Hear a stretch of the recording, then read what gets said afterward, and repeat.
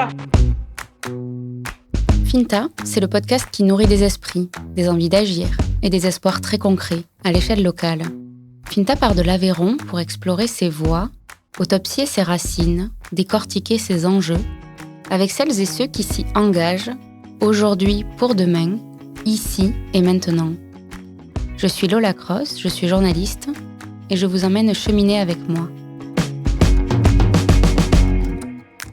Sur le petit écran, il a baissé le rideau. 10 ans après sa participation à Top Chef, Quentin Bourdi ne regrette rien du passage télé qui lui a permis de relancer l'affaire de ses grands-parents à Villefranche, le grand restaurant de l'univers, dont il s'est séparé depuis.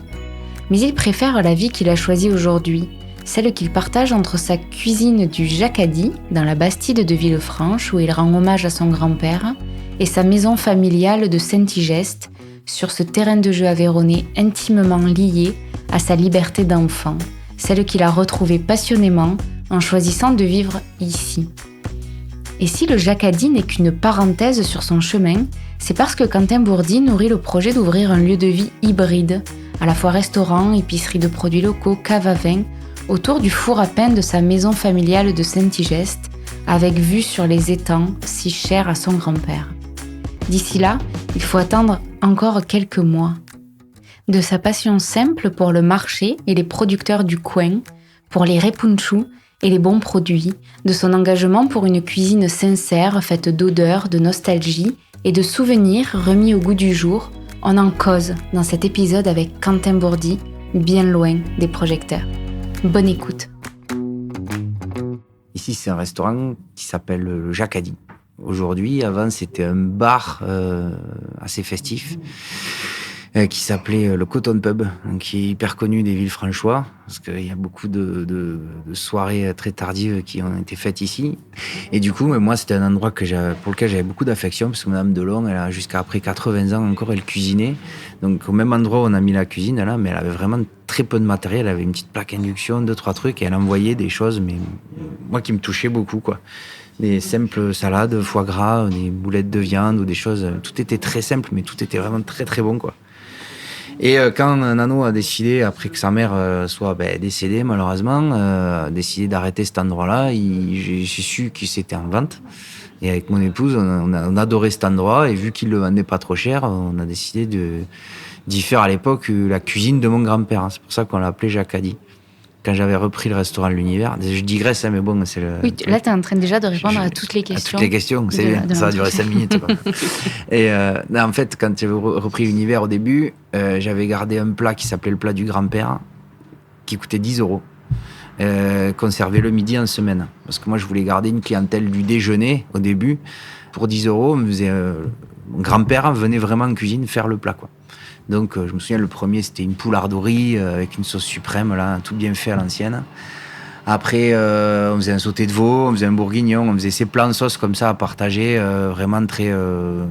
Voilà, on met le plat au milieu de la table et voilà. Ça n'a pas du tout marché quand on a fait ça à l'univers. Même si c'était 10 balles et même si c'était en plus vraiment mon grand-père qui le cuisinait, je dis pas parce que c'était mon grand-père, mais c'était un super saucier. Il faisait des plats vraiment hyper bons. Avec les travaux que j'avais fait, le fait que je sois passé à la télé, que j'avais fait Top Chef et tout ça, je pense que les gens qui venaient à cette époque-là venaient pas pour cette cuisine-là. 3 ans après, on a repris ce lieu, on l'a remis un peu aux normes et tout. Et puis Jacadi, quoi. Voilà. Moi, je savais que l'univers, la structure, déjà, à l'époque, était fragile financièrement. Donc, je me dis, tant pis, je vais garder toujours ce lieu. Si un jour, il y a un coup dur, je pourrais tout arrêter à l'univers et venir en petit comité, travailler ici, toujours à gagner ma vie avec la cuisine et avoir des clients, quoi. Et c'est ce qui s'est passé. Peu de temps après la fermeture, on est venu ici et on est là, quoi. Voilà. Donc, on est au cœur de la Bastide de Villefranche. Oui. Ici, Villefranche, tu y es né, tu y as grandi, tu l'as un peu quitté Oui. pour aller vivre à Paris et tes études. Oui. Et tu y vis aujourd'hui, en tout cas, tu vis pas loin d'ici. Oui. Qu'est-ce qu'il représente, ce lieu? Qu'est-ce que cette ville représente pour toi? Ouais, c'est mon terrain de jeu, de petit, quoi. J'étais assez libre. Mes grands-parents, ils travaillaient beaucoup. Alors, j'y vais. Ma mère elle est artiste lyrique. Elle était sur Paris, déjà. Donc, c'est mes grands-parents qui m'ont élevé. Ils travaillaient beaucoup. Donc, forcément, dès que j'étais assez responsable pour partir seul en vélo, j'étais tout le temps dans la ville. Toutes les petites rues, là, les mini-ruelles où on passe même pas en voiture, je les connais comme ma poche. Je faisais péter des pétards au bord de l'Aveyron. Je faisais des ricochets. c'est mon terrain de jeu, quoi. Petit, j'étais tout le temps dehors, tout l'été. Donc je connais cette ville. Ouais. Enfin, le cœur de ville, je le connais comme ma poche, en tout cas. Et tu viens d'en parler, donc l'établissement familial historique, c'est l'univers qui est de l'autre côté de l'Aveyron par rapport à où on se trouve actuellement. Est-ce que, comme Nicole Fage-Galtier le dit d'elle, est-ce que c'est l'envie de t'inscrire dans cette lignée familiale, l'envie de rester ici qui t'a amené à être cuisinier ? Non, moi j'ai eu envie d'être cuisinier. Enfin, c'est sûr que c'est né, cette envie d'être cuisinier, enfin restaurateur, plus que cuisinier même, c'est né plus parce que j'ai grandi dans un restaurant, donc c'était inscrit en moi. Donc Nicole Fage-Galtier, je crois que c'est ça aussi, c'était une histoire de tout le temps, quoi. Mais disons que j'ai pas fait la cuisine pour reprendre le restaurant de mes grands-parents, voilà. J'avais pas du tout envie, quoi. C'était beaucoup trop gros pour moi et ma grand-mère était vraiment un bourreau de travail, quoi. Donc autant travailler me fait pas peur. Encore aujourd'hui, c'est pas un souci, mais là c'était des proportions où elle n'existait plus en tant que personne du tout, quoi. C'est-à-dire qu'il y avait c'était du réveil au coucher, le restaurant et l'hôtel, quoi. Il y avait pas de vie possible. La vie personnelle était fusionnée à l'établissement, quoi. Et donc, il y avait quand même toujours un truc qui se crée avec mon grand-père qui, lui, avait besoin de ce souffle de tous les après-midi pendant la coupure. Donc, il avait vraiment besoin d'en sortir, quoi. Et je l'ai vu un peu aussi, je le voyais un peu quand même aussi souffrir de cette dévotion qu'avait ma grand-mère pour ses clients. Enfin, voilà, on pouvait être en plein milieu d'un repas tous les trois. Si un client appelait ou quoi que ce soit, enfin, je veux dire, il n'y avait plus rien d'autre qui comptait, quoi. Il n'y avait pas d'arrêt possible de pause. Et moi, cette vie-là m'intéressait pas. C'était plus la dimension hôtel, moi, qui me faisait pas envie du tout, quoi. D'avoir tout le temps des gens chez soi, d'avoir tout le temps cette dévotion, quoi. C'était vraiment ça. C'était dévoué au client. Quand il appelle à 3h du matin parce qu'il n'arrive pas à mettre France 3, il appelle, quoi. Enfin, des trucs, voilà. Moi, je supportais pas déjà petit, quoi. Et je voyais mon grand-père qui s'énervait avec ça aussi, donc je voulais pas reprendre leur affaire. Par contre, je trouvais que le métier de restaurateur, il y avait quelque chose ouais, je sais pas, d'une vie un peu active comme ça, où on travaille debout, on travaille avec ses mains, on voit du monde, on fait des trucs, voilà, quoi. Et tu l'expliques que ça a été comme une révélation, une nuit, et que tu t'es levé un matin à 7h en appelant ta grand-mère en disant moi aussi je serai... Ouais. Je voulais être journaliste dans le jeu vidéo.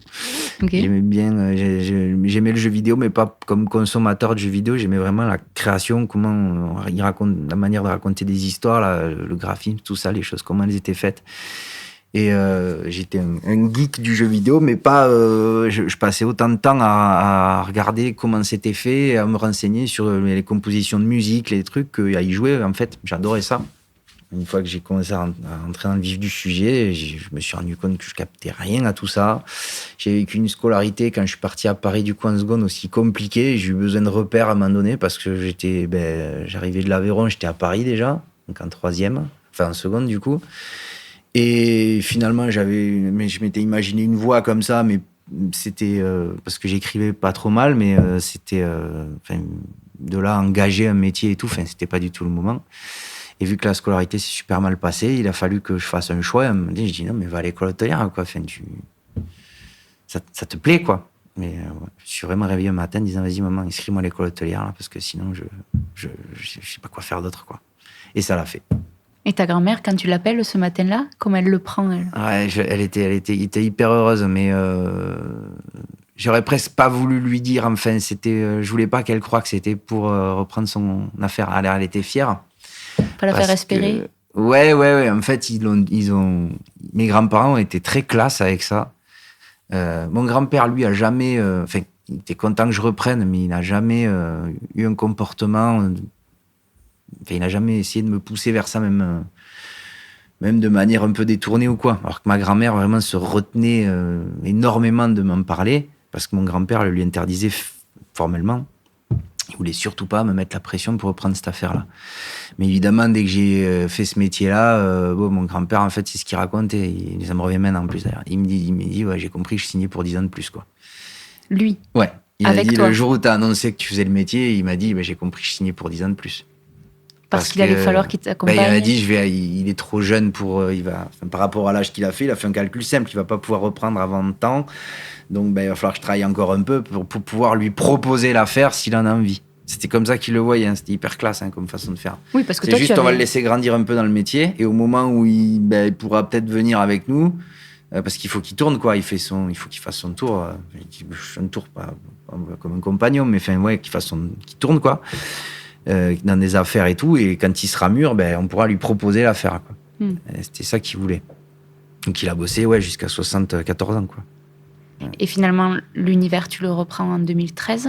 Alors, je décide de le reprendre. Je commence à me réinstaller ici en 2012. Je fais une saison. Je reste après la saison. Donc, je leur dis que je veux rester, que je veux reprendre l'affaire. Parce que j'ai tous mes potes, moi, qui étaient de droite à gauche, qui revenaient petit à petit s'installer dans le coin. Donc, je recommençais à avoir mon noyau, un noyau de copains un peu sympa. Voilà. Pourquoi j'ai voulu? Non, je me sentais bien ici. La vie avéronaise m'a plu, quoi. Moi, j'arrivais de plusieurs endroits. J'avais voyagé au Brésil, j'avais vécu à La Réunion et tout. J'étais dans des endroits super sympas. J'ai toujours bossé en cuisine, mais j'ai retrouvé ici toute la liberté que j'avais pu avoir dans ces endroits-là, un peu partout. Dans des pays même lointains et tout, où, voilà, en fait, en Aveyron, on est un peu plus libre, j'ai l'impression, quoi. Alors, c'est difficile à expliquer pourquoi, mais il y a une liberté d'être, de se montrer, d'exister, de créer, de faire des trucs, d'être au milieu de rien aussi, parce que c'est pas facile à trouver partout. Si on veut être seul et loin de tout, très rapidement, on fait 20 minutes de marche là et on est tout seul, quoi. Et ça, c'est bien aussi. Et je me suis dit, on peut vraiment faire tout ce qu'on veut ici, quoi, en fait. Et je me suis dit, allez, je reste ici, je pourrais être heureux comme personne, en même temps que comme cuisinier aussi, quoi. Alors, je leur ai dit ça, ils étaient super contents. Et dans la foulée, il y a eu Top Chef qui a appelé, mais après que souvent les gens croient que j'ai fait Top Chef, et que du coup, en ayant fait cette émission, j'ai repris le restaurant parce que j'ai fait une émission de télé. Et du coup, j'avais un restaurant clé en main avec mes grands-parents, et que tout ça était dû à la notoriété et tout. En fait, pas du tout, quoi. J'avais commencé déjà 1 an avant à reprendre l'affaire, à changer la carte, à changer le concept et tout avec mon grand-père. Et à déjà être le numéro 3, donc avec mes grands-parents. Et moi, on venait souvent me voir, quoi. Même si c'est pas moi qui signais les chèques à la fin du mois pour les employés, c'était déjà moi qui impulsait pas mal de trucs. Donc, en fait, Top Chef, ça arrivait pendant ce processus-là, mais j'avais déjà commencé à reprendre leur affaire, quoi. Et je voulais t'en parler, mais bien plus loin. Pardon, de Top Chef. C'est tombé en même temps, quoi. C'est non, pour ça mais que j'en justement, parle. Puisque tu en parles, pourquoi tu as accepté alors? Qu'est-ce que tu avais à prouver à travers une émission de télé comme celle-là? Eh bien, ils ont appelé un jour. Moi, j'étais en salle à l'époque. J'étais pas du tout en cuisine. Donc, je savais un petit peu cuisiner, mais je faisais des recettes un peu avec mon grand-père et ça, mais je mettais pas trop les pieds en cuisine, à part le jour où il manquait quelqu'un. J'étais plus en salle, quoi. Je gérais un peu la maison, quoi. Et les services. Et du coup, ils appellent M6, Top Chef, j'y crois pas trop, tout ça, machin, vous êtes cuisinier? Je dis, non, en ce moment-là, je suis en salle, mais vous êtes cuisinier ou pas? Oui, parce que vous avez gagné un concours de cuisine, là, on a vu, il y a quelques années. Je dis, oui, je suis cuisinier de métier, oui, mais mais si ça vous intéresse, envoyez un dossier. Voilà, j'y suis allé par connerie, comme on dit, quoi, par curiosité. Et ça faisait un moment que j'avais travaillé dans plein d'affaires où ça faisait du nombre. Même si c'était de la qualité, ça faisait quand même du nombre. J'avais fait des saisons, des restos avec des gros services et tout. Je me suis dit, remettre un petit peu le pied dans le truc originel, la passion, les belles choses et tout. Voir où j'en suis, me comparer avec d'autres gars, monter à Paris, tout ça me fait toujours envie, quoi, de toute façon.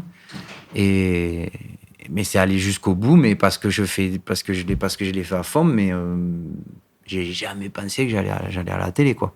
C'était pas je veux passer à la télé, c'était je veux faire le concours et puis je vais voir où ça mène. Puis il se trouve que ça l'a fait, quoi. Mais je l'aurais plus, j'avais mon accent, j'étais jeune. Voilà, ma cuisine n'était pas mûre, mais je savais faire des trucs. Donc je savais suffisamment faire des choses pour que ce soit télégénique, peut-être. Et finalement, la télé, tu y reviens de temps en temps. On te voit sur quelques apparitions, mais t'es quand même largement sorti. Ça fait 2-3 ans que j'ai plus rien fait.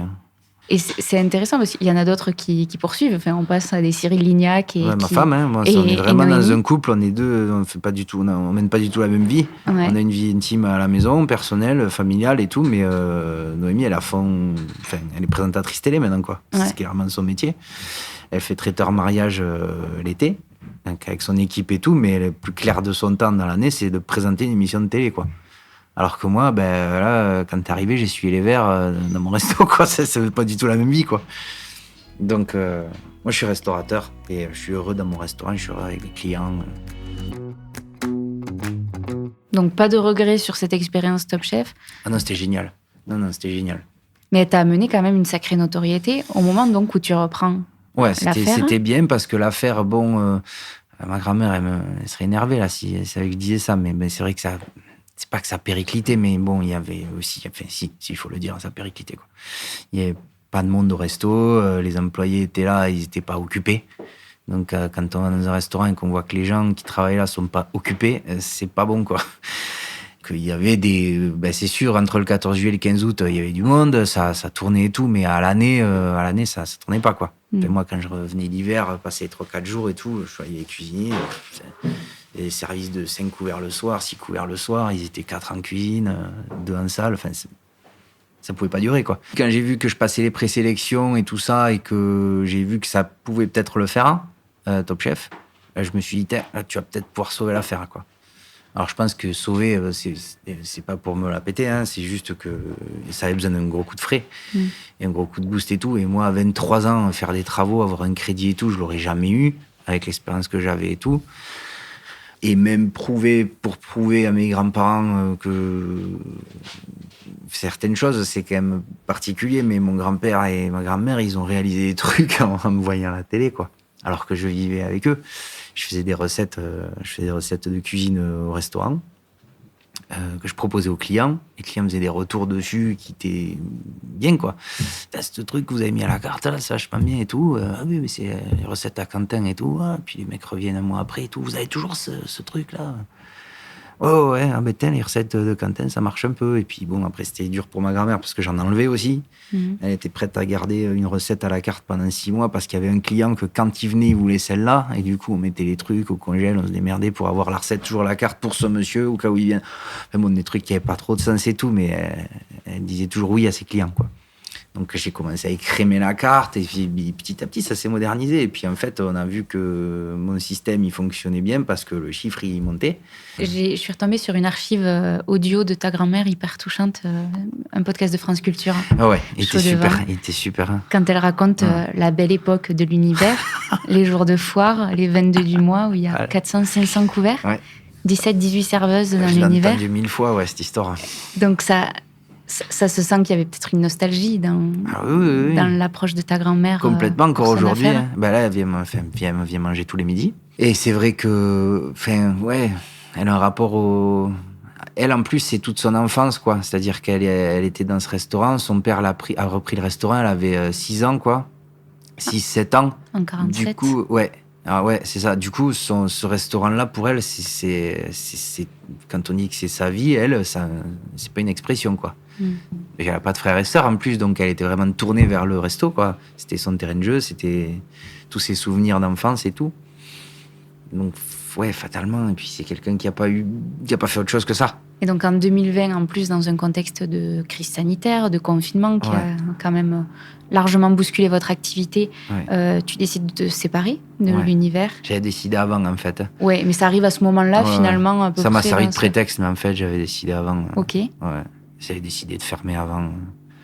Et tu as écrit à ce moment-là sur les réseaux sociaux que c'était très dur de tourner cette page du gros bouquin, mais que tu avais encore pas mal de chapitres. Ouais. C'était nécessaire pour toi de repartir presque d'une page blanche avec le Jacadi. Ouais, alors le Jacadi, c'est pas... comment on peut dire, c'est un hors-série. C'est pas dans l'histoire, c'est un hors-série, le Jacadi. C'est pas la continuité de l'univers. La continuité de l'univers, je vais l'écrire à Saint-Igeste. Mais c'est vraiment... C'est ça, c'est un hors-série, quoi. C'est qu'on sait qu'il y a un temps donné. Moi, j'ai le bail jusqu'en juin 2024, donc c'est sûr que je déménage en juin 2024.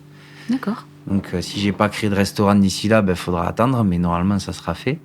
Mais Je ferai pas dans le prochain restaurant la cuisine qu'on fait ici. Évidemment, il y aura toujours des points communs, mais ça sera pas du tout ce qu'on fait ici. Ce qu'on fait ici, ça correspond à l'endroit où on est dans la ville. Ça se veut être plus sincère que créatif, quoi. Donc voilà, cet endroit, c'est une parenthèse qui a commencé il y a 1 an et demi et qui va finir dans à peine plus d'1 an, quoi. Et donc le projet, c'est de revenir à Saint-Igest, Saint-Igest, ouais. Dans ta famille, dans ton village familial, ouais, finalement. Chez mes arrière-grands-parents. Ok. Ouais. Donc c'est plus mes racines que l'univers même. On va creuser là. Ouais. Ok. Tu peux en parler ou c'est trop tôt? Non, carrément. Le restaurant, il va s'appeler le Ripunchou. Ouais. Et je vais le déposer. Faut que je le dépose. Et Dépêche-toi. C'est presque fait. Ouais. Et du coup, le restaurant s'appelait le Ripunchou. Et c'est un peu ce qu'on faisait à l'univers, mais plus ensauvagé, quoi. Plus avec beaucoup de cuisine au bois. J'ai découvert la cuisine au four à pain, en fait. Et c'était mon premier boulot. J'avais 18 ans. Et c'était un restaurant qui s'appelait La Main à la Pâte à Saint-Cyprien, dans le Roussillon. Et le chef avait repris une pizzeria et dans le four à pain avait commencé à faire de la cuisine en plus de ses pizzas. Parce qu'il aimait trop cuisiner, quoi. Et du coup, il s'était formé, il était un peu autodidacte et tout ça, donc avec les disciples d'Escoffier, tout ça, machin, et puis il bouquinait et tout, et puis petit à petit, la carte s'était retrouvée avec quelques pizzas, et puis il y avait un homard au feu de bois, on le tuait au moment, on le cuisait au sel, dans le four à pain, des côtes de bœuf, des carrés d'agneau, des trucs, tout ça dans le four à pain, en même temps qu'on envoyait des pizzas et tout, quoi. Et moi, au bout de 2 semaines, il me faut au four avec lui, et là, moi, j'étais complètement... Enfin, ça m'a piqué toute ma vie, quoi. Et j'ai jamais retrouvé la qualité des cuissons du four à pain. Enfin, du four à bois. Quand vraiment, il y a un truc avec la lumière et tout, enfin, c'est génial, quoi. Et donc, dans la maison de mes arrière-grands-parents, là, à Saint-Igest, il y a un four à bois. Et j'ai commencé à y faire des trucs. Ça fait 2 ans, là, que je commence à vraiment pas mal faire de trucs. Et du coup, la cuisine, elle va s'articuler autour de ce four, du bois et du vivant. On fera notre pain aussi. Il y aura une petite boutique de producteurs. Et notre cave qu'on mettra en vente, quoi, sur la place du village. Avoir un petit peu le lien social, pas que du restaurant entre midi et 2 et entre 19 et 21, quoi. Parce qu'il n'y a rien à Saint-Igest. Donc le but est d'avoir un lieu mixte, quoi. Pas du tout un restaurant gastronomique, un truc super... voilà, ça sera beau, ça sera bon, je pense, mais un truc qu'il n'y a pas trop ici et qui aura du sens, ouais. Et ce qui m'intéressait, c'est que tu dis que tu voulais à la fois travailler cette cuisine de ton grand-père, mais la remettre au goût du jour. Et ça veut dire quoi, le goût du jour? Parce que les gens ont un peu mis de côté cette cuisine-là par souci de mode, quoi. C'est le très mauvais côté des réseaux sociaux et tout ça. C'est-à-dire que les gens pensent plus maintenant à des appellations qui doivent être un peu funky, des trucs un peu... ça doit être visuel. Moi, je vois les jeunes qui viennent travailler, ou qui viennent en stage, en formation, qui viennent travailler pour un été ou quoi. Quand j'aime bien leur faire des plats qu'ils ont envie, je dis qu'est-ce que tu as envie de manger, qu'est-ce que tu as envie de cuisiner, on va trouver une recette ensemble, mais qu'est-ce que ta grand-mère te faisait à manger quand tu étais petit, voilà. Et d'une idée, on part, on fait un plat. Et du coup, ils sont contents parce qu'ils ont l'impression d'inventer. Enfin, c'est le cas, ils inventent un truc, et puis nous, on les guide un peu pour ça. Et à chaque fois, ça fait 6-7 ans, à chaque fois, ils partent d'une idée photo. Ils partent d'une idée visuelle avant de partir d'un goût, quoi. Ça me fait halluciner. Ils partent pas j'aimais le poulet aux pommes de terre de mamie, quoi. Il dit, j'aimerais bien un truc un peu rouge comme ça, avec un cube et tout. Je dis, mais putain, oui, mais c'est quoi? C'est une tomate? Je sais pas, mais je veux un truc rouge, quoi. Ok, bon, ça se jette pas à la poubelle, je veux dire, mais c'est juste que il y a pas d'intention, il y a pas de souvenir gustatif, il y a pas de... Enfin, moi, je préfère partir de là, quoi.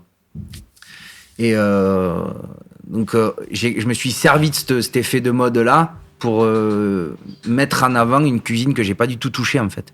Là, en fait, là, il y a une joue de bœuf aujourd'hui, là. Il y a une joue de bœuf braisée. C'est un bourguignon, quoi. Ni plus ni moins. Et en fait, les gens, quand ils goûtent ce truc, oh là là, mon Dieu, mais la viande, elle est fondante, puis le goût de cette sauce et tout, c'est un bourguignon, quoi. Vraiment. Et pourquoi tu l'appelles pas bourguignon? Mais parce que si je mets bourguignon, c'est un bœuf bourguignon, quoi. Mais si je mets bourguignon, j'en vends la moitié moins. C'est pas instagrammable, c'est pas sexy. Ah, ce mot-là. Et ouais, c'est ça. Hein. C'est ça. Donc, quand je dis remis au goût du jour, c'est ça. C'est-à-dire que j'essaye d'avoir une approche positive pour parler de trucs anciens, quoi, et de Même pour parler de localité, c'est devenu pareil, le locavore, tout ça, c'est un truc qui faut y faire vachement gaffe, quoi. Parce qu'il y a plein de restaurants, même pas loin d'ici, qui font qui se targuent d'être locavore et tout, mais en fait, même si c'est local, ils font pas du tout attention à comment c'est fait. Et c'est pas parce que ça vient d'à côté que c'est bon, quoi.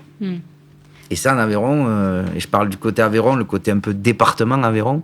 Alors après, évidemment, il y en a plein qui vont gueuler, là, mais tant pis pour eux. Mais c'est pas parce que ça vient d'Aveyron que c'est forcément paysan et responsable. Parfois même, bien au contraire, quoi, malheureusement. Et il faut s'intéresser à comment les gens font. Et là, il faut aller dans le détail. Et là, ben oui, ça demande plus de recherche, c'est plus compliqué, mais voilà. Disons qu'on a tellement mis en avant la carte Aveyron pour communiquer dessus, comme quoi c'est sauvage, aérien, que du coup forcément la carotte elle est forcément bio. Non, pas du tout. C'est le maraîcher qui fait sa terre qui fait que la carotte elle va être saine ou pas. Et la variété de carottes qu'il a pris et s'il l'a traité ou pas et tout ça. Sans être donneur de leçons, comme je viens de le faire là, en disant voilà, mais sans vouloir dire aux clients, vous avez vu, ce qu'on fait nous aussi, c'est ultra local, c'est super bon, c'est les meilleurs produits et tout. Non, on dit juste qu'on choisit nos produits, et quand ils nous demandent comment on les choisit, on leur explique comment et tout, et du coup, naturellement, quand on en parle avec envie, ça leur fait envie. Du coup, ils s'y intéressent, et nous, on distribue, le premier truc qu'on distribue, c'est la liste des producteurs. Avant de montrer la carte, on a la liste des producteurs et la liste des vins. Et c'est le premier truc qu'ils lisent, en fait, les gens en arrivant ici. Ils lisent la liste des producteurs. C'est ce qui fait ta particularité aussi, c'est que tu les connais extrêmement bien, tes producteurs. Tu y mets un point d'honneur. Sur tes réseaux sociaux, je t'y ramène, tu parles souvent d'eux, à la fois de leur manière de faire, mais de leurs produits. Et je t'ai aussi entendu dire que tu ne pouvais pas être cuisinier sans aimer les paysans. Est-ce que tu arrives à dire comment tu y es venu, toi ? Est-ce que tes grands-parents faisaient ça, par exemple ? Et en fait, ils le faisaient, mais ils communiquaient pas dessus, eux. C'était une autre époque. Mon grand-père prenait plein de produits locaux, sans penser qu'il était important de stipuler sur sa carte que les produits venaient de là. Mais il faisait des compromis. C'est-à-dire que pouvait se côtoyer le super rocamadour dans le même menu de Camillez, là, qui est trop bon et tout. Et dans le même menu, il y avait un cendre d'Ukraine, voilà. Mais qui était super bien cuisiné. Il faisait une super sauce au safran, là, et tout, mais c'était un cendre, voilà. Et moi, quand j'ai repris, on me dit, putain, tu fais plus le cendre tomaté, là. Je dis, ben non, déjà, je fais pas de cendre parce qu'il n'y a pas de cendre, là. Je peux pas avoir de cendre. Et en plus, on est en novembre, donc je fais pas de tomate, sauce à la tomate en ce moment. Enfin, et juste cette petite démarche-là, au début, m'a valu de passer pour un chieur auprès des vieux clients de mes grands-parents et même de ma grand-mère. Franchement, ça a merdé au début. Mais c'est un gros changement de paradigme qui vient avec les envies des consommateurs, dans toutes les tendances paysannes qu'on revoit. Comment toi, tu y es venu ? Moi, je suis venu parce que j'ai très rapidement, au début, quand j'ai repris l'univers, encore une fois, avant les travaux, avant Top Chef et ça, quand j'ai commencé à faire des recettes, très, très rapidement, mon inspiration était tarie, quoi. J'ai plus d'idées tout de suite, quoi. J'ai eu des idées pour une carte, et pour la deuxième, j'en avais plus du tout. Parce que j'avais tout sorti, voilà, j'avais 19 ans, j'avais sorti tout un peu la petite palette que j'avais. J'avais dit, ben voilà, j'avais fait 4 plats, 4 entrées, 4 plats et 3 ou 4 desserts. Et c'était tout ce que je pouvais sortir. Et 2 mois après, j'ai voulu changer la carte et je me suis rendu compte que j'avais pas les ressources. Et avec cette volonté-là, ben, je suis allé au marché. À l'époque, j'avais pas trop... j'allais au marché. J'avais pas trop compris qu'au marché, il y avait de tout et de rien. J'allais au marché déjà. Et c'est les maraîchers ou les primeurs qui m'ont dit regarde, il y a ça en ce moment, il y a ça. Et moi, comment tu le manges, toi ? Moi, je le mange comme ça, et puis hop. Et en fait, je suis parti du produit. Et après, j'ai vu qu'il y avait tomate et tomate. Et tomate. Et oui, effectivement, entre ça et ça. Et pourquoi, lui, il fait ça comme ça ? Je vais le voir chez lui, je vais voir comment il travaille. L'autre, je vais voir comment il travaille. Et puis, il m'explique. Et puis, je commence à rentrer mettre un pied dans ce monde un peu paysan. Et ben, comme pour les cuisiniers, il y a cuisinier et cuisinier, ben, il y a paysan et paysan. Et du coup, c'est pas qu'il y en a un qui a raison ou pas, mais il y en a un avec qui je m'entends mieux que l'autre, quoi. Que j'ai plus envie de défendre. Et Et ils sont beaucoup plus forts que les cuisiniers. Enfin, je veux dire, ils ont beaucoup moins d'ego et tout. Et c'est abusé à quel point la notoriété, le projecteur n'est pas du tout mis sur les bonnes personnes, quoi. C'est vraiment pas du tout le cuisinier qui doit être mis en avant, quoi.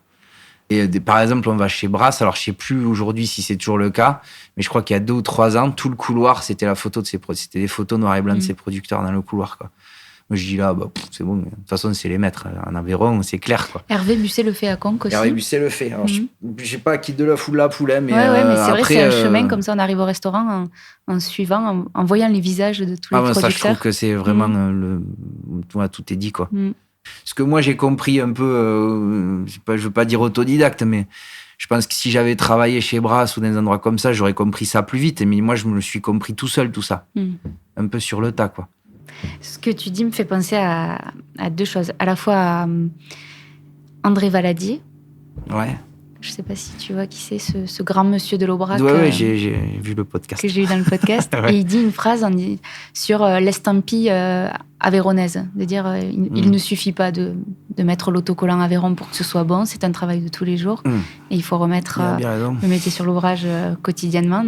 Et aussi, Noémie, ton épouse, toujours dans le podcast de France Culture, qui dit que pour elle, ça a aussi été une rencontre professionnelle avec toi. Elle qui a été formée sur la Côte d'Azur, dans les palaces, avec une clientèle très particulière, où elle faisait des desserts aux fruits exotiques tous les matins. Oui. Et quand elle est arrivée ici, en fait, non, les fruits exotiques, il n'était plus question de les avoir tous les jours à la carte. Et elle a appris la saisonnalité avec toi. Ah ouais, elle est arrivée, elle m'a dit je lui ai dit, tu fais la carte des desserts, parce que moi ça me gonflait à l'époque les desserts. Et c'est ça partie. Maintenant j'adore. Elle me dit c'est simple, je vais faire un dessert fruits rouges, un dessert chocolat, un dessert fruits exotiques. Je dis attends, mais pourquoi c'est comme ça. T'as toutes les saveurs, t'en as pour tout le monde et tout. Et je dis mais attends, mais c'est pas le problème, on n'est pas du tout dans là on va faire des pommes. Je dis mais si, fais-moi un dessert aux pommes s'il te plaît. Alors bon, on s'est pris la tête au début comme ça. Puis petit à petit, elle a compris. Pareil, en allant sur le marché, elle a aimé des gens. Et puis du coup, elle était contente d'aller acheter les produits parce qu'elle aimait bien me taper avec celui-là ou celle-là parce qu'ils sont sympas. Et d'avoir à cœur après de les cuisiner. Et ça allait très vite pour elle. 2 ans après, elle faisait un dessert au topinambour qui était incroyable, quoi. Enfin, c'est parti des fruits de la passion après à faire un dessert au topinambour, quoi. Qui était un de ses meilleurs desserts. Vraiment, putain, il était très très bon celui-là. Je te ramène à France Culture, décidément. Mais il était trop bien. Oui, mais c'était trop bien ce truc. Il est vraiment bien. Je mettrai le lien de l'épisode pour que ça puisse continuer notre conversation. Et donc, on entend ta grand-mère Christiane, on entend Noémie, ton épouse, plusieurs de vos collaborateurs en cuisine qui partagent ce qu'ils sont en train de faire, parce que vraiment, le journaliste s'est invité en cuisine. Et je retiens cette phrase, cuisiner, c'est accommoder la nostalgie. Ça revient presque toujours à rechercher les goûts de l'enfance. C'est pas moi qui ai dit ça. Non, c'est le journaliste. Ah.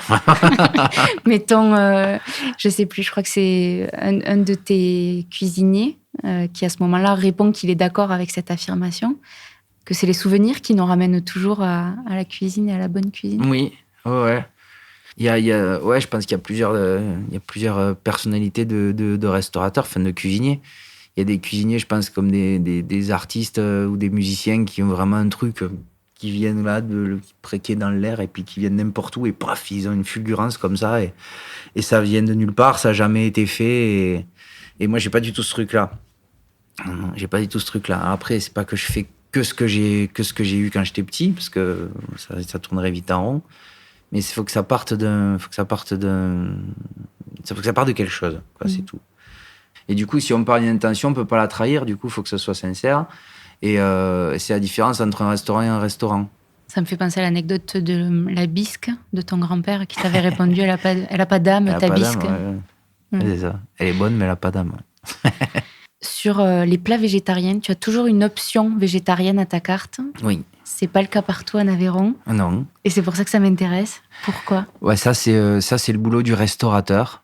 Voilà, je trouve que c'est beaucoup plus facile de dire oui que non, quoi. Ça veut pas dire on doit dire oui à toutes les exigences de nos clients, mais je pense que c'est vraiment le chef aigri. Je l'ai été au début à l'univers, ça m'a gonflé, mais dès que j'ai été, toujours pareil, dès qu'on prend les choses de manière positive, ça veut pas dire positive, je suis content et tout va bien, ça veut juste dire oui que dire oui, en fait. pas aller contre, pas être en colère, faire les choses avec envie, et puis ça passe, quoi. Du coup, à force d'avoir des clients qui voulaient des plats végétariens ou des menus végétariens, voire végétaliens, à l'époque, on faisait un menu surprise à l'univers, c'était plus gastronomique, et des gens nous appelaient en réservation, nous demandaient des menus végétaliens, et en 6 services, quoi. Alors ça commence à être un peu sportif, et on le faisait, on s'éclatait à le faire, quoi. On a parlé des brasses de Nicole Fage-Galtier. Toi aussi, ta lignée familiale. Qu'est-ce qu'elle a de différent, la cuisine, quand elle est faite en famille ? Il y a du poids, hein. Il y a du poids, hein. C'est pas facile d'héritier. Moi, je sers encore la tête de veau de mon grand-père, là. Qu'on te demande. Qu'on me demande. Tu le dis souvent, on t'y ramène. Ouais. Ah, je peux pas, je l'ai enlevé 2 semaines. Je me suis pas insulté, mais les clients, dès la déception du client qui vient pour la tête de veau et qui l'a pas. Voilà. Et c'est un plat que mon grand-père a mis au point avec mon arrière-grand-père il y a de ça 40 ou 50 ans, quoi. J'ai rien touché, je le sers, je suis content que les gens apprécient, quoi, mais je m'exprime pas vraiment à travers ce plat. Mais c'est pas grave, je leur fais plaisir. Mais quand j'ai fait les travaux à l'univers, je sais pas si je l'ai raconté ça sur France Culture, je l'ai raconté ça ou pas? Je sais pas. Les têtes de veau à l'ouverture, là. Que tu avais changé toute la carte et qu'en fait, on te demandait la tête de veau, ouais, c'est ça? Mais la première table, en fait. Ah, la première. C'est-à-dire qu'on fait 5 mois de travaux, gros crédit et tout. Je sors de la télé, je suis Top Chef, machin. Je fais une carte comme ça, énorme, avec plein de choix et tout. Enfin, je suis tout orgueilleux et tout, là, de tout mon truc et tout. Et les clients, ils prennent même pas la carte. La première table, je me souviens, le premier service, ils disent non, on voudrait 2 têtes de veau. Là, mais attendez, regardez, il y a des entrées. Non, nous, on veut 2 têtes de veau. On n'a rien à foutre de ton nouveau décor, là. Nous, on vient ici ça fait 20 ans qu'on vient manger la tête de veau. On veut une tête de veau, quoi. Il n'y a pas de problème, on vous fait une tête de veau. Et là, je me suis dit, ah ouais, l'héritage, il va être dur à porter, quoi. Bon, ici, c'est le Jacadi, donc c'est cuisine hommage à mon grand-père. C'est vraiment voulu, donc c'est pas pareil. Mais à l'univers, ça m'a longtemps gonflé, ouais. Je l'ai enlevé quelques années, et puis je l'ai remis. Ouais. Et tu dis que c'est un poids, quoi, quand même.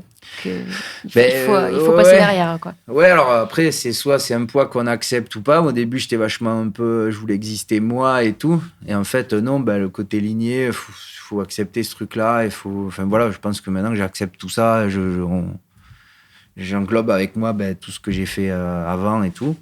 Je pense que si mon fils, un jour, il fait mes d'agneau, aux asperges, là, le truc que je fais tous les printemps.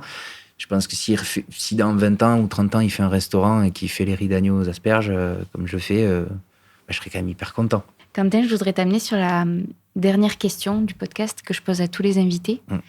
Cette question, c'est en quoi est-ce que tu crois? Je crois au printemps. Voilà.